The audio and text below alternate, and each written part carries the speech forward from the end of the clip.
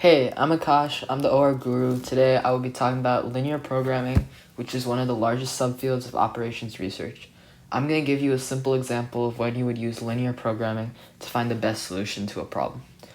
So, say you're a business owner and your company produces two products and has two machines to produce them.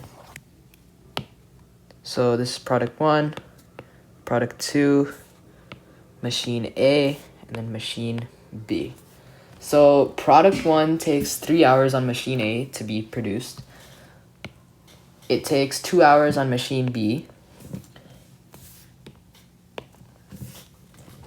And product 2 takes 1 hour on machine A and 4 hours on machine B.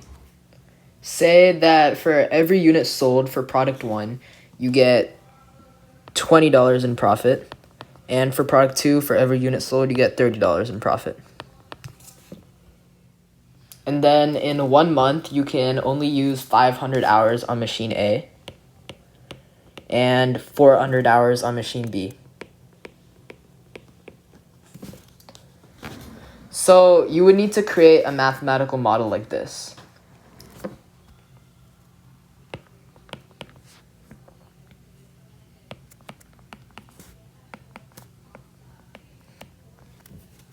So this is called an objective function, which is just the function that you need to optimize.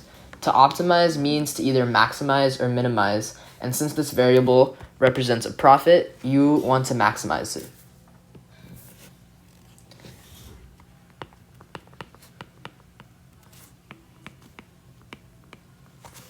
So this equation represents machine A.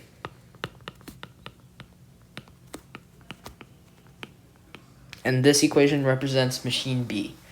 So you want to try to maximize this variable. To do that, you would need to treat these equations like a system of equations and solve them. So let's solve them.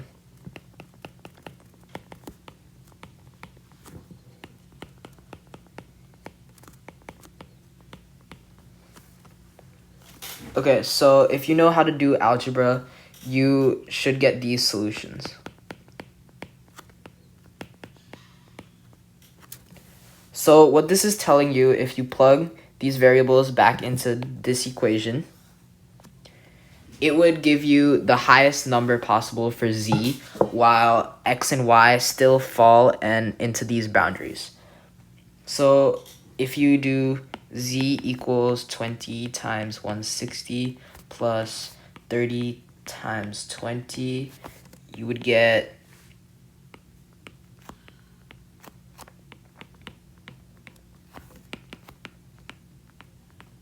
so that would be your profit.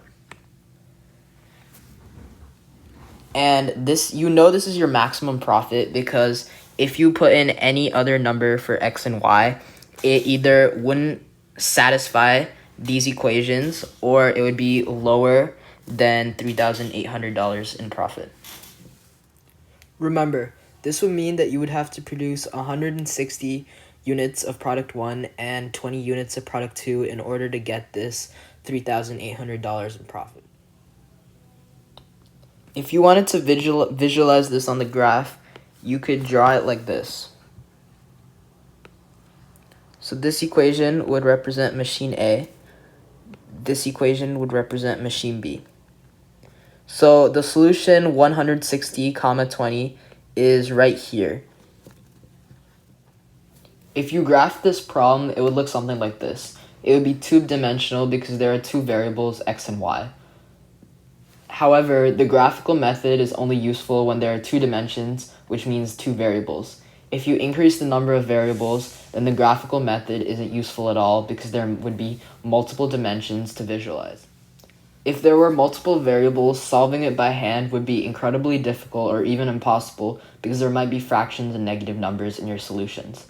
So you would need to use the simplex method, and I might make a video later on teaching how to do the simplex method. Thank you for watching.